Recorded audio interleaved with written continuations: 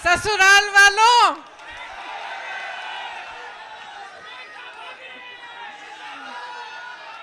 यहाँ आकर बहुत खुशी हुई है और आज इस भारत जोड़ो न्याय यात्रा में भाग लेते हुए मुझे बहुत बहुत खुशी हो रही है, खास तौर से क्योंकि आज इस यात्रा में पहली बार मैं अपने ससुराल वालों के साथ आई हूँ।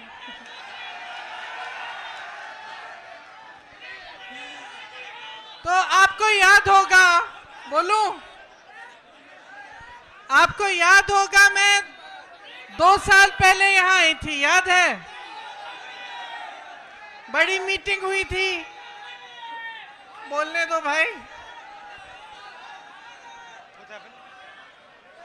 आपको याद होगा 22 में मैं यहाँ आई थी, मीटिंग हुई थी बड़ी। अरे भैया बात सुनने दो, सुनने दो। और रोड शो भी हुआ था। मैं आपसे पूछना चाहती हूँ कि तब से आज तक कुछ बदला है? उस समय चुनाव था विधानसभा का, आपने भाजपा को जिताया, योगी जी को जिताया, 2 साल और उनको मौका मिला है। मैं आपसे पूछना चाहती हूं कि जो आपकी समस्याएं हैं, जो आपकी असली समस्याएं हैं, आपका दुख है, जो महंगाई है, जो बेरोजगारी है, जो रोज रोज इन परीक्षाओं में जो पेपर लीक हो रहे हैं, जिनके लिए नौजवान बच्चे, आपके बच्चे मेहनत करते हैं, पढ़ते हैं, फीस भरते हैं, ये सिलसिला अभी तक जारी है कि नहीं कि पेपर लीक होते रहते हैं? बताइए, जारी है? तो जब आप 2 साल बाद सरकार चुन रहे थे, आप चुनाव में अपना वोट डाल रहे थे, तो मैं जानना चाहती हूं कि आप क्या सोच रहे थे? क्या आपने सोचा, सुनिए, क्या आपने सोचा कि यहाँ का विकास होगा? सोचा था?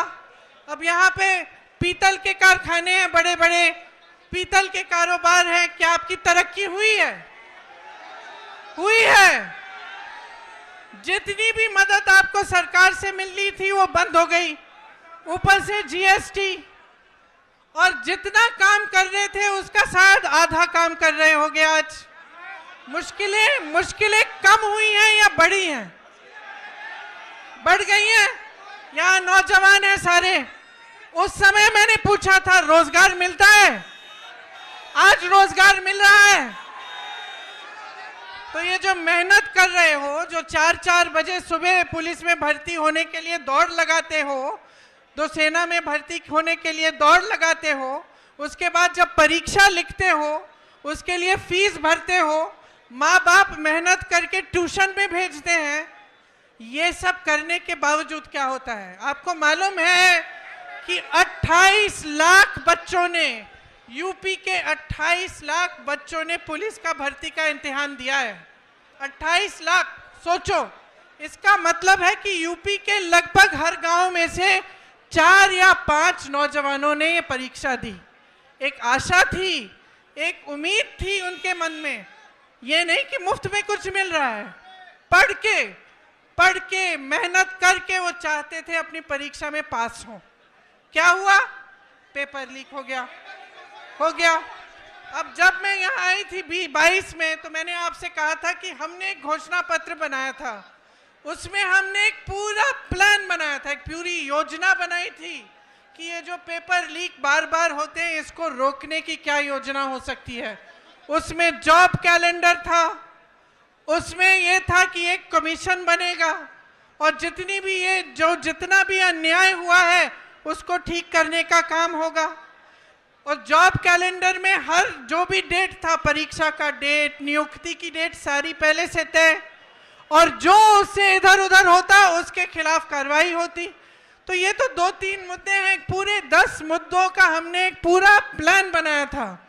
तो मैं आपसे एक सीधी सीधी बात कहना चाहती हूँ, देखो चुनाव फिर से आ रहा है कि नहीं? फिर से आपको अपना मत डालना पड़ेगा। अब आप खुद ही देख रहे हो, बार बार भाजपा की सरकार आ रही है, केंद्र में आ रही है, प्रदेश में आ रही है, आपकी बेरोजगारी बढ़ रही है, आपकी मुश्किलें बढ़ रही हैं। तब किसान आंदोलन कर रहे थे 2 साल पहले, आज किसान आंदोलन कर रहा है। तब सड़क पे बैठे थे ठंड में सर्दी में, आज बैठे हैं। तब उनकी सुनवाई नहीं थी, आज उनकी सुनवाई नहीं है। और इसी तरह से आप सोचिए, जब जब बुलडोजर चलता है इनका, तो किसके घरों पे चलता है? किसके घरों पे चलता है? जोर से बोलो। जिसने 6 किसानों को अपनी जीप के नीचे कुचला, उसके घर पे क्या बुलडोजर चला?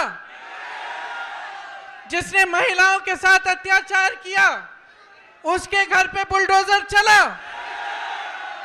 जो ये पेपर लीक के घोटालों से पैसे खाए जा रहा है, उन लोगों के जिन्होंने पैसे खाए हैं, जो बार बार ये घोटाला करते हैं, बार बार लीक कराते हैं, उनके घरों में बुलडोजर चला? नहीं चला ना। सोचिए, ये सब बहुत बड़ी बड़ी बातें हैं दिखावे के लिए। ये जितने बड़े बड़े इश्तिहार आपको दिखते हैं, जिसमें आपको दिख रहा है कि बहुत तरक्की हो रही है, जब तक आपकी तरक्की नहीं होगी, जब तक आपको रोजगार नहीं मिलेगा, जब तक आपके पेपर लीक बंद नहीं होंगे, तब तक आपकी तरक्की नहीं हो सकती है। जब तक यहाँ की महिलाएं सुरक्षित ना हो, आगे बढ़ नहीं पाए, तब तक आपकी तरक्की नहीं हो रही है। तो मैं सिर्फ आपको, मैंने उस समय भी बोला और अभी भी बोल रही हूँ, अपने अनुभव को देखो, अपने अनुभव को देखो कि भाई 5 सालों में, 10 सालों में मिला क्या है? नौकरी मिली, दुकान जाते हो तो सब्जी खरीद पाते हो। आपको मालूम है गन्ने का जो दाम है, जो आपको मिलना चाहिए सरकार से, वो हर साल, पिछले 7 सालों में हर साल सिर्फ मात्र 7 रुपए गन्ने का दाम बढ़ा है कि नहीं? 7 रुपए, ठीक है? तो मान लो 5 सालों में 35 रुपए बढ़ा होगा। और आप जब सब्जी खरीदने जाते हैं तो कितने बढ़ गए दाम? आलू मिलता है, प्याज मिलती है, टमाटर मिलता है। आप जाते हो 3 चीजों को लेने के लिए, घर आते हो 1 लेके। तो भाई देखो, जब तक आपको खुद समझ में नहीं आएगा, जब तक आप अपने अनुभव पर नहीं उतरोगे, तब तक कुछ नहीं बदलने वाला। हम चीखते चिल्लाते जाएंगे, कुछ नहीं बदलेगा। बदलाव तब आएगा जब आप अपनी परिस्थितियों को समझकर अपना वोट डालोगे, जब आप सवाल उठाओगे सरकार से कि मुझे सब्जी क्यों नहीं मिल रही है, इतनी महंगाई क्यों है, मेरा बच्चा पढ़ता है, मेहनत करता है, उसको नौकरी क्यों नहीं मिल रही है। जब तक ये सवाल आप नहीं उठाएंगे, जब तक इन परिस्थितियों को देखते हुए आप अपना वोट नहीं डालेंगे, तब तक आप इसी खाई में डूबे रहोगे। इसीलिए मैं आपसे कहना चाहती हूं, इस खाई में से निकलो। जब वोट डालने जाते हो, सोच समझ के अपना वोट दो। कांग्रेस पार्टी के पास योजनाएं हैं, करके दिखाया है, और आप सब अपने ही अनुभव से ये चीज समझते हैं। तो आज आपके बीच आकर मैं सिर्फ इतना कहूंगी कि जो भी वोट आप डालने जा रहे हो, बड़ी बड़ी बातों पे मत डालो, जो ऊपरी दिखावा है उस पे मत डालो। जो तुम्हारी जिंदगी में गुजर रहा है, जो तुम्हारा जीवन है, तुम्हारा अनुभव है, तुम्हारी परिस्थिति है, उसको सोच, उसको समझ के कि ये क्यों हो रहा है आपके साथ, तब वोट डालो। ये न्याय यात्रा है। राहुल जी, भारत जोड़ो यात्रा में 4000 किलोमीटर क्यों चले? इस देश को एक रखने के लिए, ये कहने के लिए कि ये देश एक है, सब एकजुट हो जाओ, आगे बढ़ोगे। आज भारत जोड़ो न्याय यात्रा पे निकले हैं, तो इस यात्रा में न्याय शब्द क्यों जोड़ा है? न्याय शब्द इसलिए जोड़ा है क्योंकि आज यहाँ के नौजवानों के साथ, देश के नौजवानों के साथ अन्याय हो रहा है। आज देश की महिलाओं के साथ अन्याय हो रहा है। आप मेहनत करते हैं, आपके पेपर लीक होते हैं। आप मेहनत करते हैं, आपको नौकरी नहीं मिलती, रोजगार नहीं मिलता।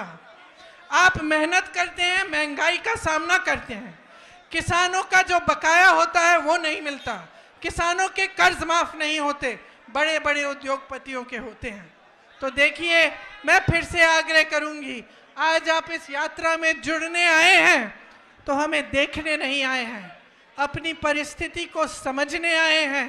और ये समझने आए हैं कि जब तक आप बदलाव नहीं लाओगे तब तक आपकी परिस्थिति बदलने वाली नहीं। न्याय का हक मिलने तक।